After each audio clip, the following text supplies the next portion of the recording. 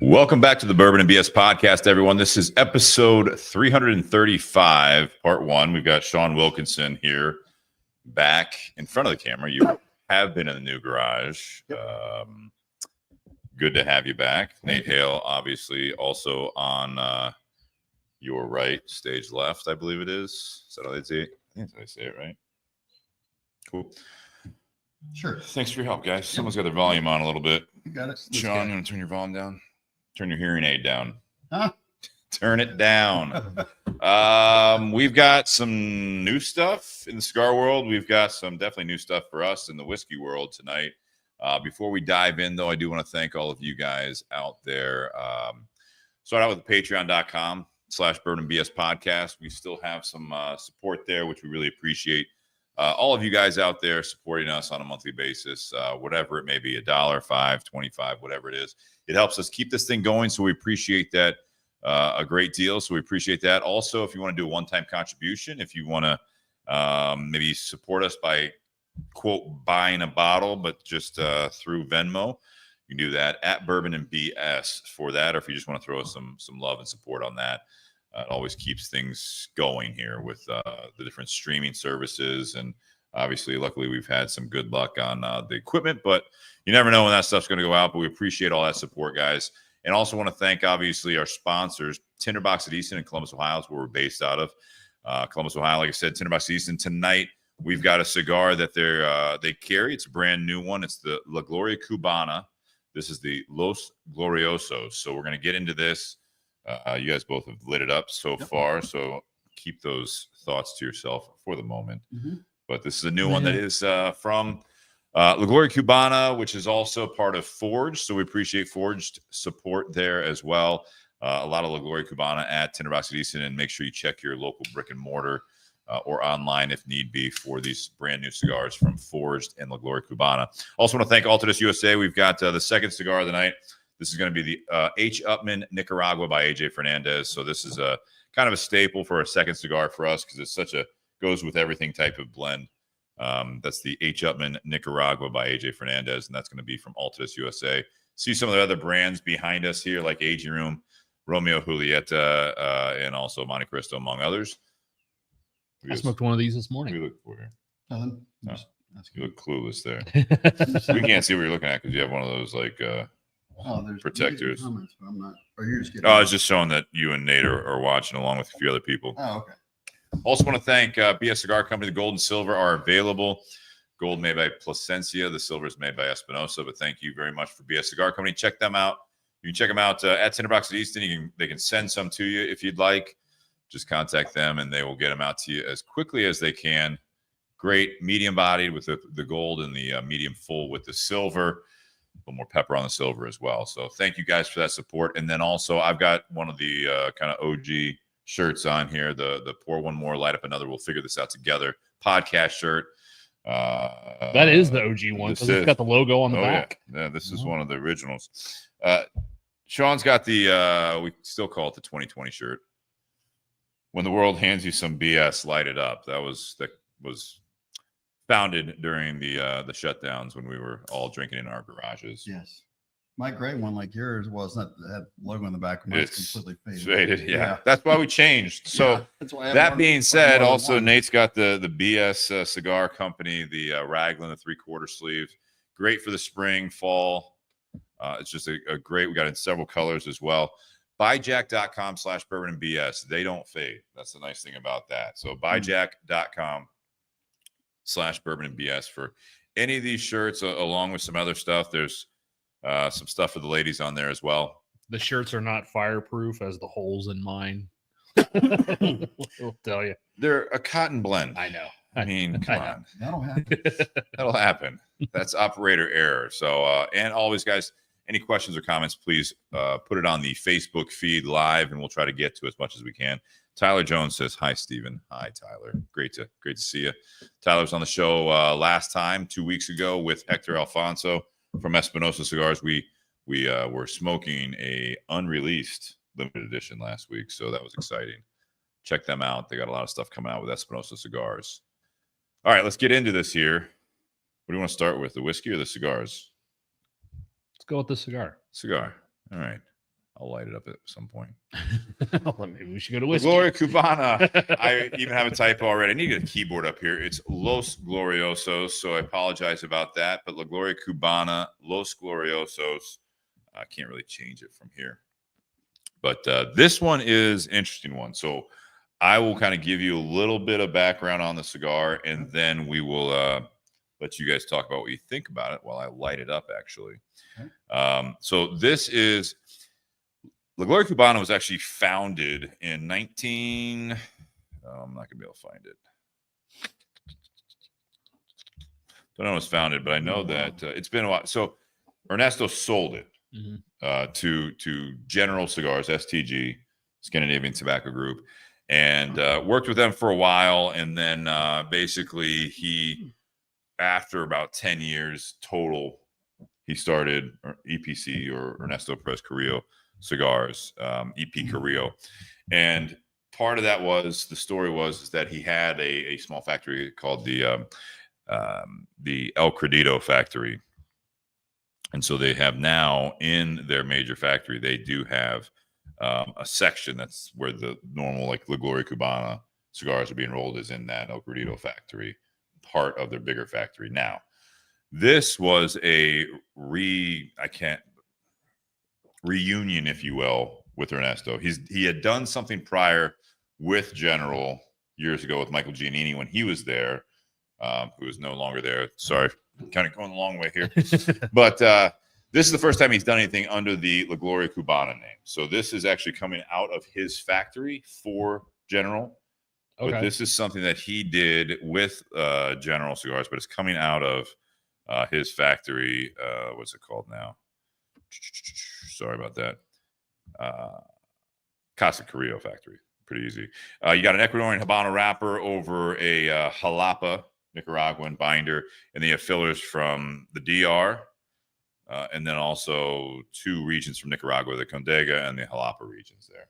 So heavy on the Nicaraguan part of the blend, it looks like, but you do have some Ecuadorian, the Habano wrapper, which I love, and then you also have obviously some Dominican tobacco, which is where this this factory is. Nice. Now I'm going to light up. You guys talk a little bit. Go ahead, Nate.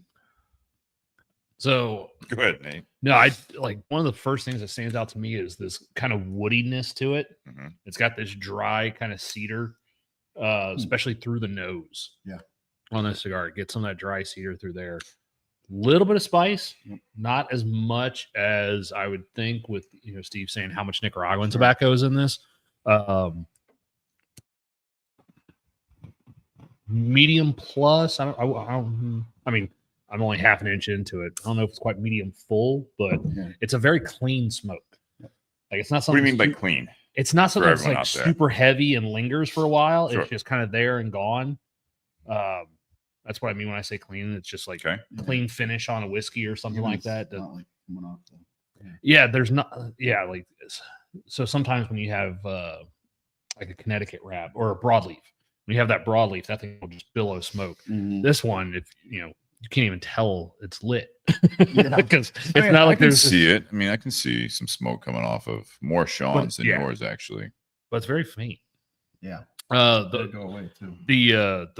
The appearance of the cigar is a little deceiving because it doesn't look like they were using a wrapper and trying to get it to be like super smooth and that velvety texture and consistent all the way around. Like, this wrapper's got like some little bumps and stems and stuff on it. It looks like a old school rustic cigar a little bit. But so far the draw's been fine. Yep. Because sometimes I have issues with construction from Cardillo. So, but the one of these I've had before, like, it smoked fine. So things are looking up. You were very hesitant when this was made by Ernesto. Yeah. Before the show, before we went live here. Yeah. So, I mean, I've smoked, a lot of his line. I've smoked cigars that he makes for other brands. And it's one of those where a lot of times I'll smoke a new cigar, especially if it's from a company I know doesn't have their own factory and is working with other factories. Okay. If I have certain issues, I'll text the rep or call him up, or if he's right there, I'll look. Is this made by Ernie? Really? Yeah. So it's been that apparent for you. Yeah. Interesting. It used to be that way too with Drew Estates Esteli factory. I used to have the same issue with some of their stuff. Interesting. Okay. Shawn, what do you think about this cigar? I have to agree pretty much everything Nate said. Like, I love the rustic look. It's really good smell on it. Like, before I lit it, I love the smell. It just, I don't know. It kind of complemented the rustic look. The smell kind of went with the look for me. Like, it's like an old school, cigar where, I don't know. It's like, it's not like you said, perfectly pressed and smooth. I like that look. I don't know what it is. It's just for me, there's a lot of, the flavor comes out. Like I said, it doesn't really build that much swing. Right now, you can hardly see any smoke coming off my cigar, and you think, oh shit, I gotta light it. Well, don't worry, it's still lit. But it's just, it's got that, I don't know. There's some you can like taste, like cigars you have and you taste, and you're like you can really sometimes you can taste the tobacco a certain way. Sometimes you can. This one I can taste the tobacco, and it's almost tastes like it smells a little bit. And I don't know, just like almost nostalgic for me. It just reminds me of like something I smoked years ago. But I do like the strength of it, the medium plus, a little pepper on the nose, like Nate said. It's good. It's a good flavor. I'm excited to see how this pairs with what we have coming up, because that's on the little lighter side. So sometimes the one's strong and one's a little not as strong. They sometimes complement each other. So we'll see how it goes. Yeah, this it almost has a lighter feel. When I first smoked this cigar, I was kind of not disappointed, but it almost has a very lightweight. Yeah. It smokes better than I originally thought it was going to smoke, and this is no different. Is this a 50 or 48? This is a 50. Okay. I believe that's the smallest it gets there. Go ahead. No, it does. You're right. It does feel very, for a Toro. Yeah. It feels this is a 6x50 that comes in a Toro 6x50, which is what we have tonight. It's got a Gigante 660 and then what they call a Grandioso, which is a 7x58. So kind of the El Jefe size. Yeah. Right. So that's a staple for the Gloria Cubana is the El Jefe, which is a 7-inch by 58 ring gauge. Extremely popular size for that brand. So the Gloria Cubana really historically was one of the first, in my opinion, that really went with some of the bigger ring gauge. Ernie went with bigger ring gauges before most were. The inch. But yeah, but even before that, just the original, like the Serie R. Yeah. They were coming in big. Like the number 7's a huge cigar, especially for back in the day. So I think he kind of really forged ahead, no pun intended with forged here. Sorry about that. But this one, it felt light. So it felt light. And I remember when I lit this up, so Ryan Pontus is our forged rep, used to be with Alec Bradley, now carries Alec Bradley among other cigar brands with forged. But I was like, this is a little shaky on the construction, on the ash and everything like that. I was not pleased on the light, but the flavor I enjoy. It does. You guys both said it, and I agree with you. There is a dryness. It is a not a mustiness, but like a dry kind of on the palate, but almost like when you're sitting around like a campfire that got a little bit wet, you know what I mean? And it kind of has that dryness coming off the wood, even though the wood's wet. It kind of, you breathe in and it has that kind of dry. That's kind of what I'm getting from it. So it kind of goes with what you guys are also saying with the wood notes and everything else you're getting from this. I like what you said, Shawn, with it's kind of just a classic smoke. It's like embodies a probably, a cigar from when Ernie was first smoking. This is something that it is straight medium for me as far as strength. So it's not like over the top for a lot of people, but it's going to be approachable for people that smoke a bit of a milder cigar typically. I think maybe they would describe the what we're calling a little bit of that dryness to the palate, borderline brash or harsh for someone that wants more of that creamy smoke. This is not a creamy smoke by any means. Very woody.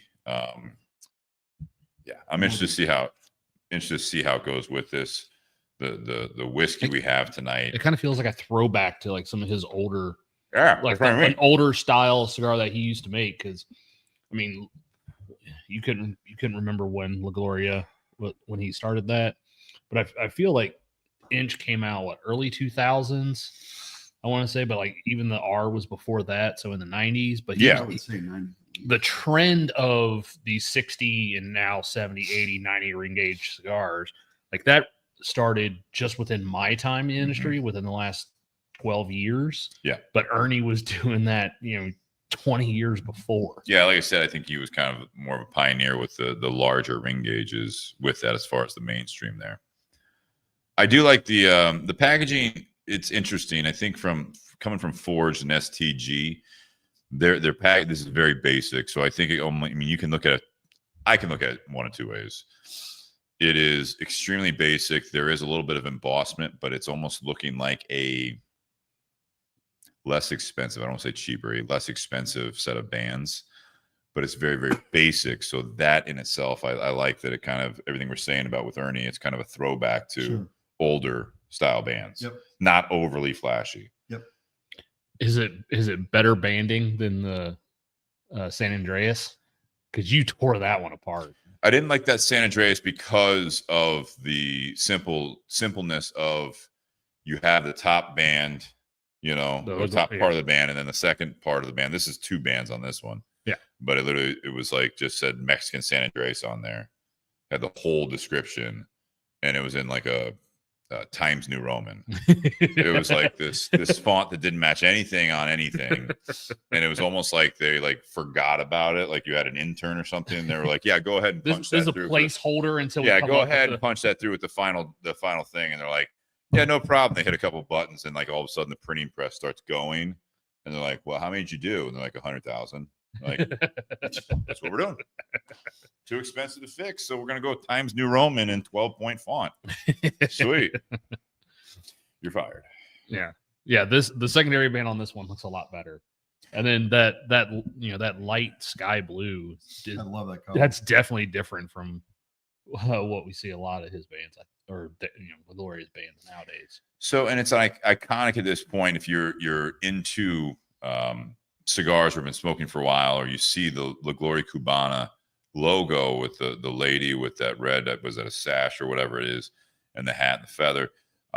I find it hard, maybe it's just my eyes, but I find it harder to read La Gloria Cubana behind that sky blue. Yeah. The gold doesn't pop off of. It doesn't crack. They're not, because you have very subtle embossment on that.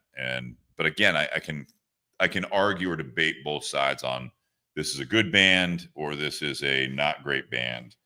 I'm going to lean on the side of this is a nice band, a nice presentation, for the simple fact that it's a nice reunion for that, a more classic type of it. Just, it sounds dumb when you say it, but it's a very just straightforward tobacco flavor profile. Mm-hmm. You know what I mean? And I know it sounds stupid when it's like, yeah, the cigar is 100% tobacco, but that's kind of what I'm getting from it. And sometimes it's nice to have that every once in a while because it's, like you said, it's definitely a throwback. And yeah, they had darker font on the La Gloria Cubana part. What is she holding? Is it like a package of? It's a pack of smokes, and then she's got a smoke in her hand, and that's the little plume of smoke coming off the end of it. It was either a cell phone or a deck of cards. Not cell phone. Yeah. Could be a cell phone. Not based on when this brand started, I don't think. Yeah. They added that later. Yeah. Or Ernie's from the future. Yeah. La Gloria Cubana, Nate, I'm going to say this. I should have looked this up, but if I'm not mistaken, is that an old Cuban brand? Yeah. Yeah, that's what I thought. Mm-hmm. So Ernesto was the one that kind of grabbed a hold of that first. Isn't he originally from Cuba? Yeah. So, do they make Cubans from like Gloria? Habano's SA does. Okay. Yeah. Okay. Yeah. But you won't see this band on a Cuban cigar though, right? Not this particular one. No. Okay. No. All right. Let's keep smoking this. I will say for me, as we're talking, and I'm an inch or so in, by the way, I do like a 50 ring gauge Toro. Yeah. I really do. I mean, it's comfortable to smoke. Yep. It sounds silly again, but it is. It's comfortable to smoke, and I do enjoy it. Yeah. I mean, the last few years, I have fallen in love with that like 46, 52 to 52, like that range. 54s are fine. Yeah. Starts getting above 54, 50. You know, I don't enjoy 60s. I don't. What's the Gold Toro ring gauge? 34. 54. Okay. Yeah. I mean, just the way they fit in your fingers, the way they fit in your mouth. It's just an easier smoking experience. Yep. And I like that concentrated flavor too. That's why I like when we talked about a couple weeks ago with Hector, like the 46 on the Rubido, like that kind of ring gauge. I really do enjoy those thin ring gauges, but that's more of a nerdy cigar smoker preference. You know, the trend. I mean, Robusto's been the number one seller for decades, then Toro, but then, you know, the last 12 years, those 60s, 70s, those are the ones that are, because people are like, oh, I get more smoke time for my money. Yep. And then some of the purists are like, yeah, but you're missing out on a lot of flavor. Sure. Well, look at this. 3 sizes on this one. 6x50 is the smallest. Yeah. Doesn't even do a Robusto. This one.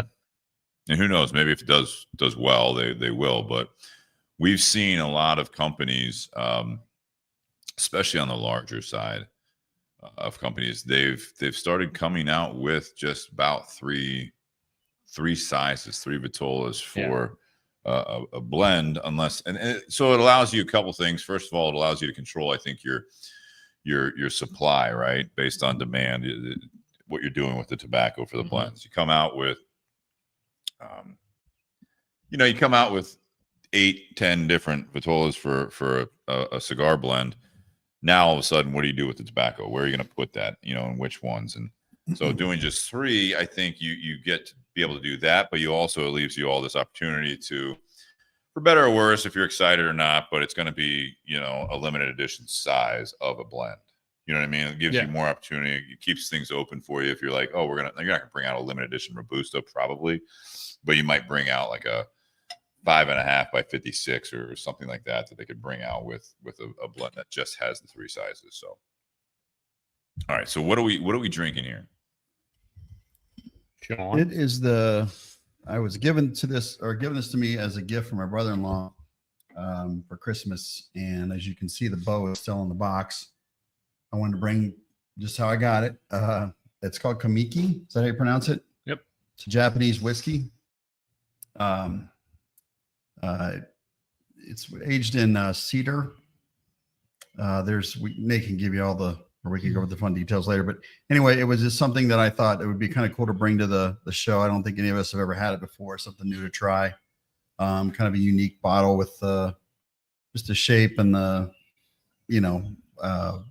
flavor profile and stuff like that. So yeah, so far I'm enjoying it. It's 96 proof. It's got some nice legs on it. We discussed, and some interesting smells in the nose and the taste of the palate. I'm curious to see how everyone what they're getting on the nose and the palate and everything else. But yeah, I'm excited. I was excited to try it. I'm glad we're trying it. The one thing I will say, it is really easy to drink, and I'm already on my second glass. Yeah. I'm only 20 minutes in. I'm like, oh shit, I gotta slow myself down, man. 25 minutes. Yeah. Well, I mean, that's what happens when we stop drinking barrel proof stuff. Yeah. You start going a little easier on it. Like, oh my God, this go down way too quick.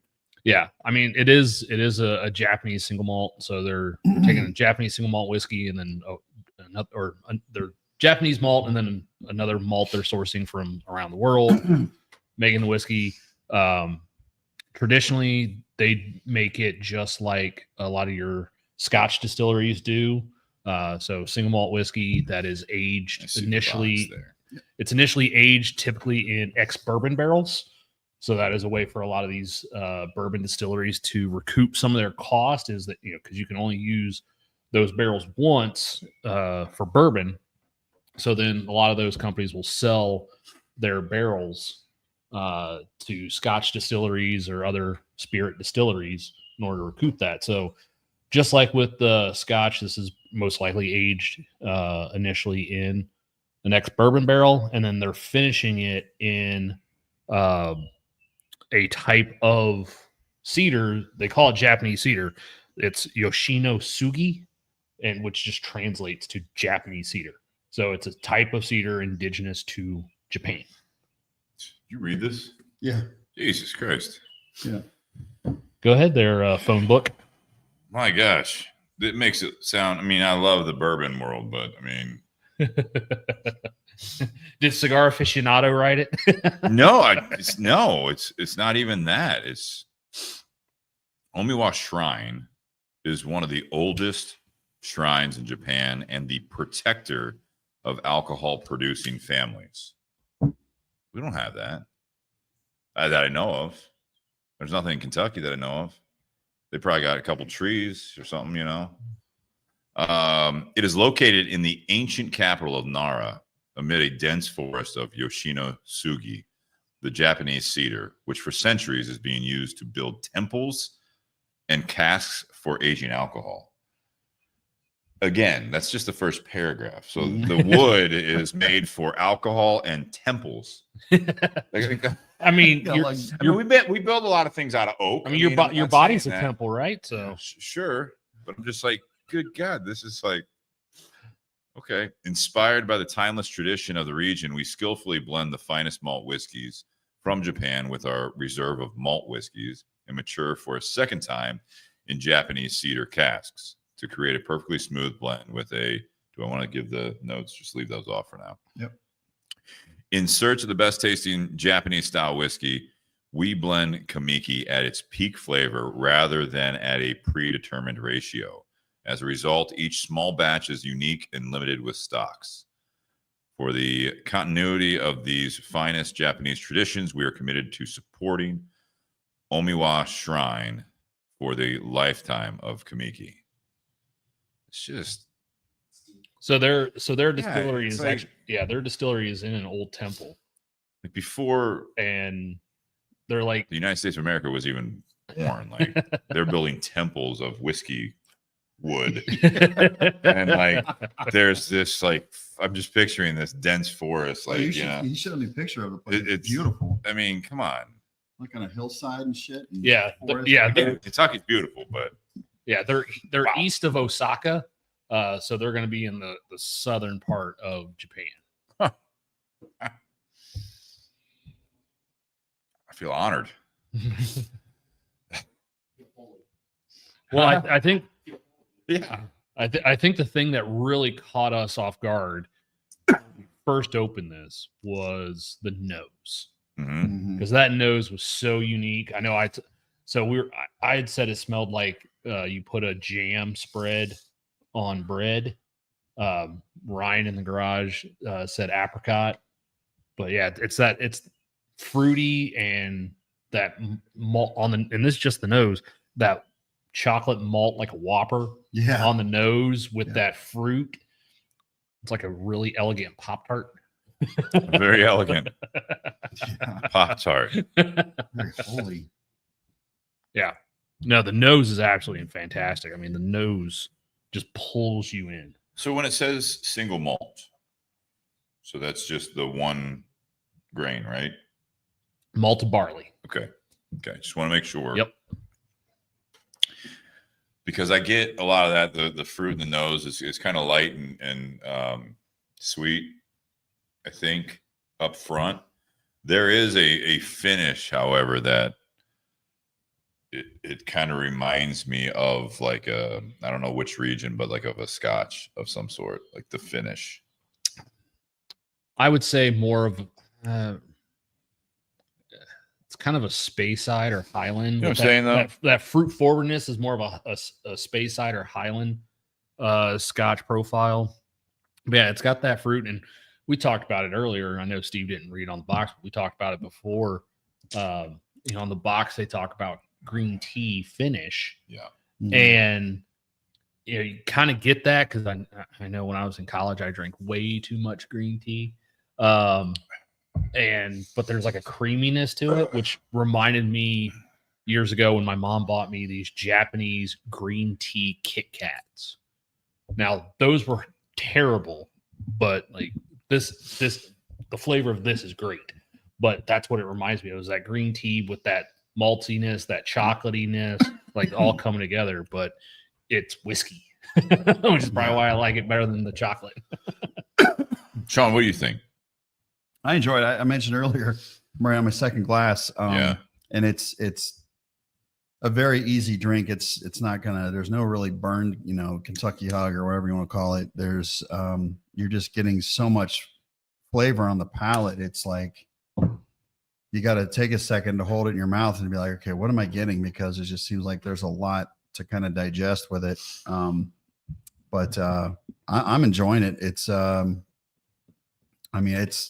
I was telling Steve earlier, it's like, I'm glad that we waited to bring this on, because I had it since Christmas, and this is more of a lighter, whiskey that we normally drink, and to have like a nicer, and like the weather's nice now, it's not freezing or, it just kind of goes well with the time of year. And I'm enjoying it. I mean, I'm just pleasantly surprised. I had no idea what to expect from it, but I like its uniqueness too. It's what we're used to drinking. You kind of get a lot of the same thing, a lot of bourbons and whiskeys over time. You kind of get the similar tastes, and this is kind of like all whole different flavor profile. So, yeah.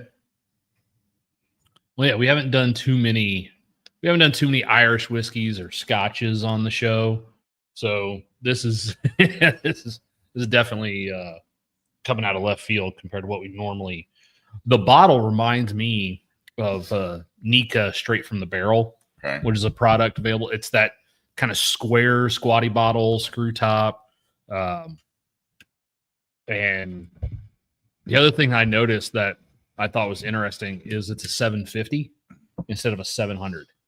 Yeah, that is interesting. I would agree. Yeah, a lot of your European spirits are going to be in a 700. Some of the American brands have started to go to 700s for some, just because it's consistent packaging to be able to send to the US or to Europe. So I was actually kind of surprised to see. Well, there was rumor also that even the American market, because a lot of bourbon was going overseas at this point. Granted, that changed a little bit. I haven't really heard much update on what's going on with it's the whole EU, right? Was going to be taxing the bourbon as of March. I thought I haven't heard much of a follow up on that after. Obviously, all the tariff news the other way is all over the world with the U.S. administration. But I kind of between the shrinkflation or whatever you want to call it, the shrinking, like things as far as that, I thought we were going to see a little bit more of the bourbon side of things coming out of here in 700s instead of 750, because two reasons. Obviously, you can not really adjust the price and make it a smaller bottle initially, at least, and then you wouldn't have to bottle things separately for exportation, going elsewhere. So would love to know Ray's notes. First comment of the night for him. Too complex for the simple American palate. Ray, I've missed you, buddy. I would love to hear your tasting notes on this, Ray, so you can enlighten us on your worldly palate. Oh. Thanks, buddy. Oh, he's happy to see you as well. The single malt thing is, I don't think it's for everyone. I just don't. Because that finish for me, I haven't done many scotches. I haven't done much single malt stuff. I know that there is I think it's a small kind of movement on the American whiskey side of doing single malt as well. They're starting to show up a bit. Last year, American single malt was one of the fastest growing categories of spirits in the U.S. Ohio, I think, went a little too heavy on some of them. They did, they did some picks. They brought in a bunch of single malts. We had that one on that was coming out of Jim Beam. I forget what the name of it was. Claremont Steep. Yep. We did that, and I said that tasted like grape nut cereal. But it was good. It was good whiskey, but it's it's the finish, man. Yeah, you have a country full of bourbon drinkers, and going to single malts they're not. But yeah, it's been growing. It's been growing, I think, in places where bourbon doesn't necessarily do as well. But the Okay, place you're saying growing. What about selling? yeah, well, Because when you grow from zero, that's and part of the bourbon issue. whiskey is already established, and all of a sudden it's the fastest. The word the choice of the words there, and I don't know, but like when they say it's the fastest growing, well, again, if there was like 1 or 2 labels or like 10, and now all of a sudden there's 150, well, no shit, like percentage wise, that is Yeah. growing very, very fast. Yeah. But percentage wise of the whole market, or is it selling? Is there staying power? That would be something I'd be more curious in. You know, about. I think there are certain brands that have established themselves and do better with American single malts in this country. Mhm. So like I said, you had the Claremont Steep out of Jim Beam. We still have bottles of that on the shelf, and it's been almost 2 years now, I think, since that came out. You have Virginia Distilling Company. We still have a couple. We still have 2 bottles, I think, on the shelf from 2 years ago when that was a OHLQ single barrel pick Mhm. that came out. Now Balcones, theirs does pretty well, I believe, Right. because that's a name that's been around for a little bit. I remember one of the regulars at Tinder Box at Easton, Balcones was one. Now he was also a big Scotch guy. Yeah. Balcones was one of his brands that he really did like. They're out of Texas. They're out of Texas. So, you know, there's some brands out there that have done well. Bullet came out with one that had an initial pop to it, and that's fizzled off. But yeah, it's a different flavor profile. I don't know how many people will enjoy that maltiness, that flavor that you get because it doesn't have as much corn, doesn't have the sweetness. It doesn't have those caramel and butterscotch notes that all the bourbon hunters look for. It's just, but it's a little bit lighter and more approachable It's on a the different palate. product. It's very different. Different product. Now, you said this is a blend too, right? It blends with another malt whiskey we're not aware of. Now, are there blends? And I think there are, but there's maybe Cuddy Sark is one. It's like where they blend Scotch and whiskey together. Is that something that companies will? Cuddy, I think when you see a blend, do you know this answer, Ryan? It kind of depends. It depends on how they're trying to market it. It gets a little funny with what the category it falls under when you start blending different spirits together. Okay. But do people blend whiskey and Scotch together, or is that something normally that doesn't? So Scotch is the country. Scotland. Yeah. Right. So I mean, it's a Scottish whiskey. again. Yeah, the words there, because it is confusing. I think sometimes. Yeah. Scotch is just like Scotch whiskey, right? Okay. So single malt is always the thing that I feel like a lot of people, especially when you're drinking scotches, that was like the big thing is that's like a pure, it's better than a blended. And you blend things when it's not as and Nate, I don't know if you agree or disagree, but they were like, oh, well, it's blended, so it's not as like good. It's just not like, but then you have all the Johnny Walkers are blended as well. Yeah. And, it's like people have different opinions on all that stuff. But much like the bourbon world, there are a lot of opinions out there on what's good, what's not good based on age and stuff like that. I think that's a big thing that well before the bourbon craze was hitting. I mean, you had the Scotch, the opinions of I think the 4 major regions and where it's coming from and what's good, what's not. And then it's like, oh, this is a blended whiskey. And it's like, oh yeah, because you can't do the single malt correctly. It's just like you're kind of not watering it down, but you're blending it as opposed to being pure. Okay. And this one, that's my opinion of it. Okay. That makes sense. I don't know if anyone else has an opinion on it. That says it's a blend, but they don't say what it is. Or do a lot of other places do the same thing? Say they blend it with other stuff and not really tell you what it is, or is this more of like a secret that they like? So they say on their website that they're taking Japanese single malt and then blending it with other malted whiskey. So it is a blend. Okay. Yeah. Okay. That's why it doesn't say single malt. And that's what Ray, again, out there, he's big in, like, he does this single malt society and everything, but single malt, it's not a blend, and then he also follows it up kind of what I was saying. The old myth that single malt is better than a blend. I mean, again, I think these are just opinions more than anything. Yeah, preferred tastes. Well, and I think it's also like, yes, it does depend on preferences, palates, what people prefer. Typically, when I've had single malts versus blends, I get more complexity on a single malt than I do the blend, but there are some of those blended whiskeys that do come across as having that richer, robust, or more complex flavor profile to them than even some of the single malts.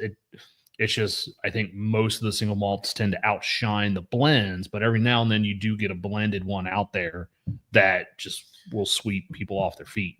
I compare it to, going off of what Ray said with the old myth, or basically the old opinion that single malt is better than a blended.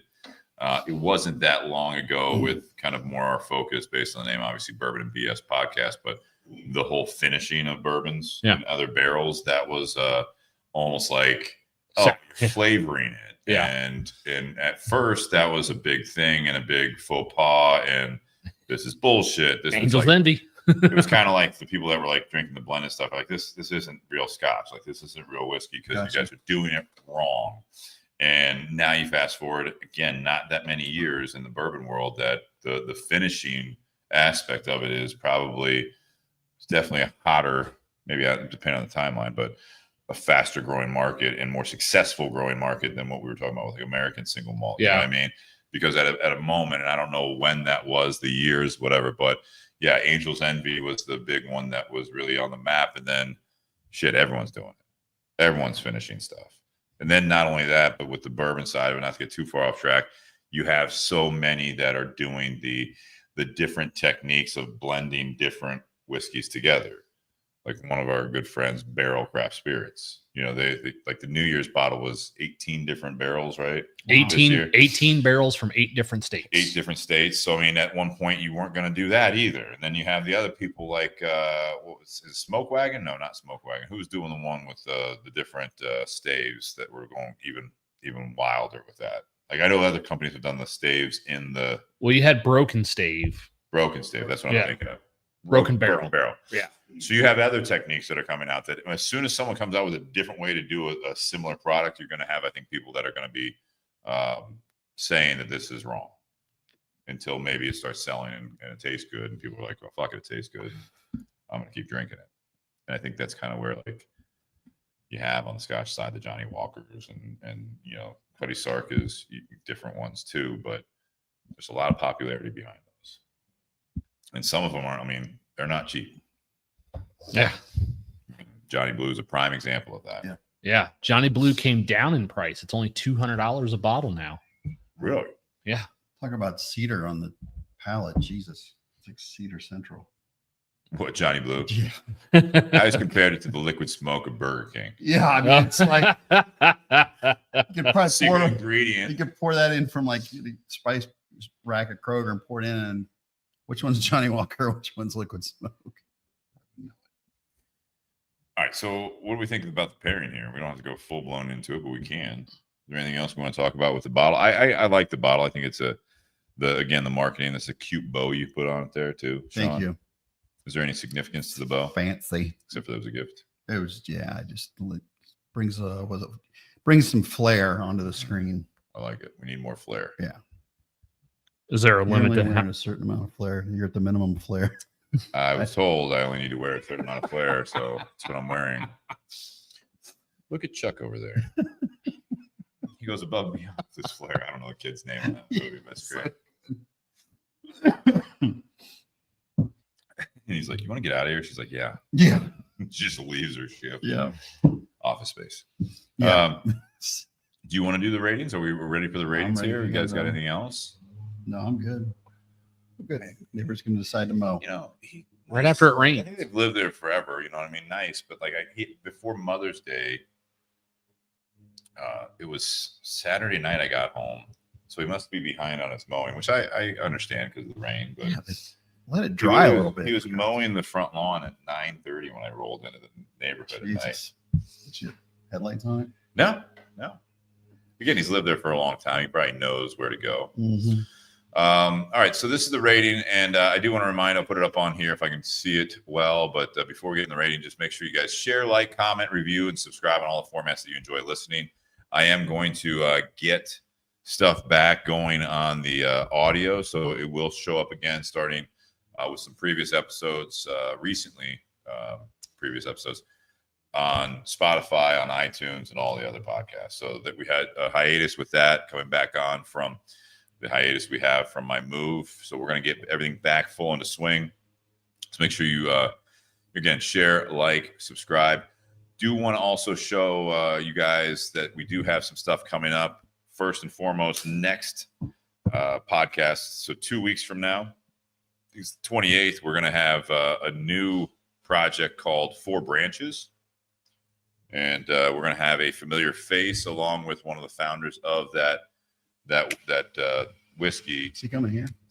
Be remote. Okay. But we're going to have a familiar face, Greg Snyder, who we've had on before. So we're going to twice, I so believe. we're going to have hopefully a great podcast, having him back on with a new project. And there's some cool story behind the brand. So definitely check it out next podcast in 2 weeks. So without further ado, let's do the whiskey, the cigar, and the pairing. The way we do this, it's 10 is the best. And so you do a out of 10 rating for the whiskey, for the cigar, and the pairing. So 3 ratings. Who wants to go first? Not me. Shawn, did your brother-in-law tell you how much he got this for? No, I can ask. I didn't ask. So there's one. The reason I asked, there's one Kamiki product available in Ohio, and I think it's this one. Yeah. And it comes in at $65 Okay. a bottle. It is available in Ohio. There's several places in Columbus that do carry it. So Okay. just I was throwing that curious. out there. Okay. Steve, did you talk about MSRP on this cigar? So MSRP is just at $10, That's $10. great. depending on the size, but let's call it 10. So you are, in my opinion, below average at this point for the price point for the cigar. Yeah, I agree. Sadly, $10 is an aggressive. Shawn, you brought the bottle. You go ahead. Smooth. Sure. It Is was the great. smoke or the whiskey? It's, All right. So Nate, go ahead. Yeah. on the whiskey, I really enjoy this bottle. When Steve told me that Shawn was bringing a Japanese whiskey, I almost brought a bottle of my own from home that was gifted to me as well, just to kind of do a side by side. sure. But I was like, no, let's not. I'm going to save that because the person who gifted me that bottle told me I'm not allowed to do it on a podcast Oh, damn. Okay. because it's such a hard bottle to come by. Oh, nice. But no, this was a very pleasant surprise. That nose drew me in. I love the note, the aroma on it, the finish. It's a really good bottle. Very different than a lot of what we typically drink, especially as bourbon drinkers. Different, but still really darn good. And you know, Japanese whiskey is one of those that, it's growing a little bit. A lot of them, they learn how to do it from, apprenticing underneath Scotch distillers. And, some of your best Japanese whiskey distillers are right up there with some of your best Scotch distillers. There's just a passion and an attention to detail that's part of their culture that makes some of their products so good. So I'm going to give this bottle a 9. Nice. This is Awesome. a really good bottle. I would probably say this is, a top 3 of Japanese whiskeys that I've had. Wow. Awesome. So this is pretty freaking good. To me, this is a treat. Nice. Yeah. So I'm going to give this a 9 on the whiskey. On the cigar, coming in at $10. Yeah. I mean, I already had to take the band off because the burn line was getting a little close. This cigar does feel like it is burning through a little quick. I mean, we're not even an hour in and I'm almost done with a Toro. Like, the second cigar of the night or last night on my patio, I smoked 2 Toros back to back and I don't know what I was doing other than just watching shit on my phone, but it took me 5 hours to smoke 2 Toros. Wow. So the fact that I'm less than an hour in and this cigar is almost gone, it makes me think that maybe they short filled the filler a little bit, trying to stretch it out maybe, but it's a good flavor. It's not a complex cigar. It's, I think, the same note from start to finish. It's not changing on you. straightforward. The level of it's not a full flavor cigar. It's got some good flavor there that's consistent, but the flavor's not overwhelming. There's not one thing except that dry woodiness that sticks out. Mm-hmm. But I think, coming in under the average price point nowadays, like, this is definitely a cigar we're trying. I'm gonna give this cigar a 7. It's good smoke. I wish it lasted a little bit longer. Yeah. There's the appearance, but just because the cigar looks better or looks rustic doesn't necessarily mean it's going to smoke better than others. It's just, it's good smoke, but there's not a whole lot of complexity to it. As far as the pairing, I think these actually pair pretty well together.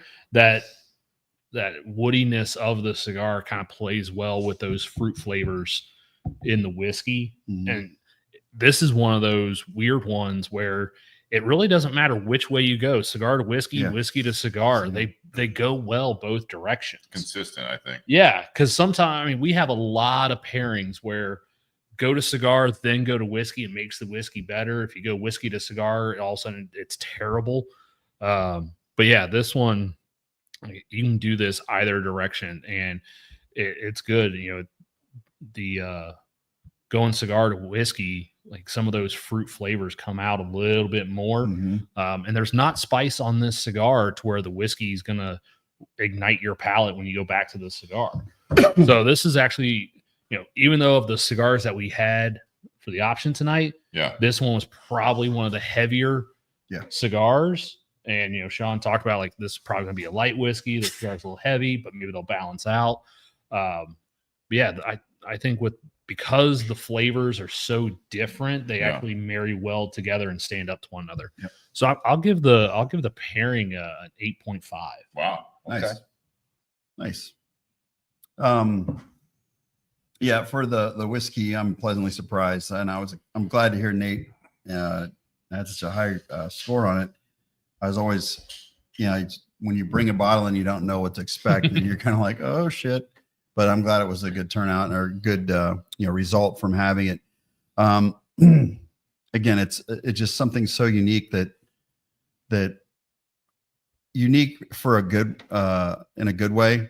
Sometimes things can be unique, and you're like, that's unique but not good. But this is sometimes really they're gimmicky unique. Yeah. And this, like the Japanese cedar, you could definitely be like, oh, that might be a gimmick. Yeah. I mean, they use it for temples. Yeah. I wouldn't call that a gimmick for centuries. Yeah. More than a trend there. Yeah.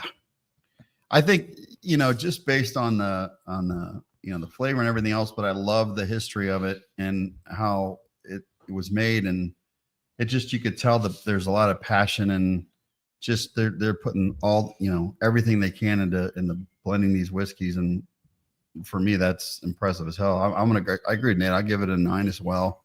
I definitely get another bottle if I can find it. Seems like we can. I just got to find it. 9 for sure on that. On the cigar, I like it a lot. In terms of, mine's burning kind of quick too. But again, it reminds me of, I said earlier, the old school tobacco. It's almost like if you're a connoisseur of weed or marijuana, or if you smoke pot, it reminds me of, like, when you smoke pot in the 80s. There was one strand, that was it. And it was like old school. It was like, you knew what you're going to get from it. You're going to get a certain kind of buzz. It's going to mellow you out. And it wasn't harsh. And now you get all these different kind of flavors that are not cross strains and shit that you don't know. I mean, you may go blind with one of them. You may lose your sense of hearing. Call it. Right. You might go blind. And so what is it too? So this reminds me of, like, do anything to Shawn. This, may actually help me. Hey, there you go. So suggest that to that study. This is kind of the same thing with this. It's more of like the old school, going back to there's some, with the basic cigar that reminds me of back in the day when things were just simpler. Our dad's cigar, our granddad's cigar. And I think that's what I like about. Yeah, it burns quick and stuff. For the price point, I think that helped me price score a little higher too, because I definitely would get some more of these. I mean, this isn't going to break the bank for sure, and it's nice. Well, apparently, it's a nice quick smoke you can have if you're in a hurry. But for that, I'm going to give it an 8 for the cigar. The pairing, yeah, I agree with Nate on the pairing. It's they complement each other, and I was like trying to like drink, take a sip and then take a hit of cigar and vice versa. And I'm like, I get the same thing, which is very interesting, like Nate said, because it's usually there's so much complexity with cigars and bourbons and stuff nowadays. There's so much differences you can find in taste, but this is, again, it's you get what you get, and you I don't know, it's just hard to explain in terms of it's just a very good pairing. I'm so glad we picked this one because we got like 4 or 5 others we could have chose from. So I'm glad we picked something a little stronger. So I think they definitely complement each other. That I'm going to do an 8.5, as Nate said as well. I'm going to agree with that 8.5 on the pairing. So I'm glad I brought it. I'm glad we got the cigar. And on a side note, I'm just glad to be back on the show. I missed you guys and I missed being a part of the group. So we missed you, man. Thank you. It's good to have you back. Yeah, thanks, man. Shawn's back. So me, yes, I agree mostly with you guys all around, so I won't be too redundant here. With the whiskey, I'm an 8. I think it's good. I think I just looked it up. You looked on OHLQ, I think, Nate. Mm-hmm. But I mean, if you just do a search for this, you're coming in $75. It looks like the same. 89 here, 69. So, and you said, what was it? It's $64.96 in Ohio, and they only produce 4 whiskeys. Which is interesting because if you look at this, it does say batch number 002. So I don't know if you guys noticed that on the label or not, but I don't know if this is a newer one. We didn't really look into that either from them, but I think it's an 8. I think it's a cool thing. I mean, again, it's tough when we do a lot of bourbons on this and just even American whiskeys. Anytime we go off of that a little bit with different spirits, this is a similar spirit, obviously being whiskey, but it's definitely a different drinking experience. So if you guys are looking for something different, if you guys are looking for something that maybe you do like some scotches and you are getting into some of the Japanese whiskeys, I think this is definitely a buy. This is definitely a try a bottle, and at $65 in Ohio, or if you're pushing in that $70 range, you're not too crazy up on the price scale there. So it's very pleasant. I enjoy the lighter notes of it. It is easy drinking. Unfortunately, it's more for me. So that the finish or the aftertaste for me has kind of gone down a little bit on the second glass. Yeah, I think because I'm not used to that flavor as much anymore as back in the day, going back 20 some years ago, before getting into the bourbons and stuff. It was like, what do you do when you become a man and you have a job and all that stuff? It was kind of like, I'm going to start, drinking some scotch, have a daily sipper. And I love Glenfiddich 15. That was the one I kind of settled in on because it was a little different than a lot of different ones. It was easy drinking. It didn't have this kind of at the time for me. But when you go back to a single malt of some sort, you do have a different finish. So that's where it's like I'm an 8. But again, it's easy drinking. I enjoy it. It's flavorful and just overall pleasant.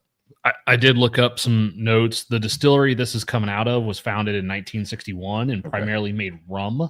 Okay. Now they do other spirits. This particular brand was founded in 2017. So it's done.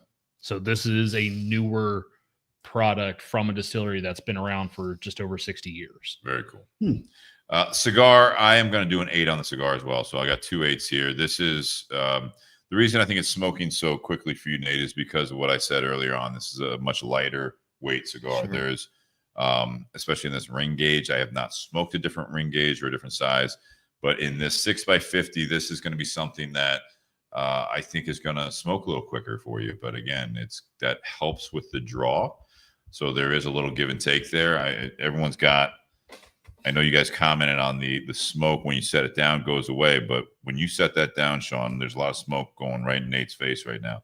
When you pick it up, you've got a good draw. Yeah. So, I mean, it's not too airy, but no one complains about a Padron anniversary when it burns like this. So that's the one thing that you have to, I know you do, Nate. I'm just saying, like, it sells ridiculously well. Yes, is my point, is that Padron rating wise and from the critics, if you will, very highly rated. So it's like when you have a $20 Padron 64 and then you got $10 this, I know the flavors are different, but as far as construction goes, you got a good draw. It's burning fine. It's not like running on anyone here. It's been a great construction for that, but it is lighter, so it's going to burn quickly. And I'm going to be consistent. I think it's maybe I'll bump it up 8.25. I agree with you guys on that. They pair very well together in a sense that you do have the woodiness with that grain, kind of that finish from that malted barley on the bottle. I think it's a very easy combo here. I think it's something that really anyone that enjoys cigars enjoys whiskey, whether you like the single malt kind of profile there or not. But I think this is something that anyone could enjoy, especially sitting around enjoying good company and conversation, and perhaps sitting around a fire as well. I think that would enhance the experience as well, just with the smoke and the aromas coming off of a fire. Yes, Shawn. Nate, did you pour some water in it? I did add just a little bit, like What not did that do?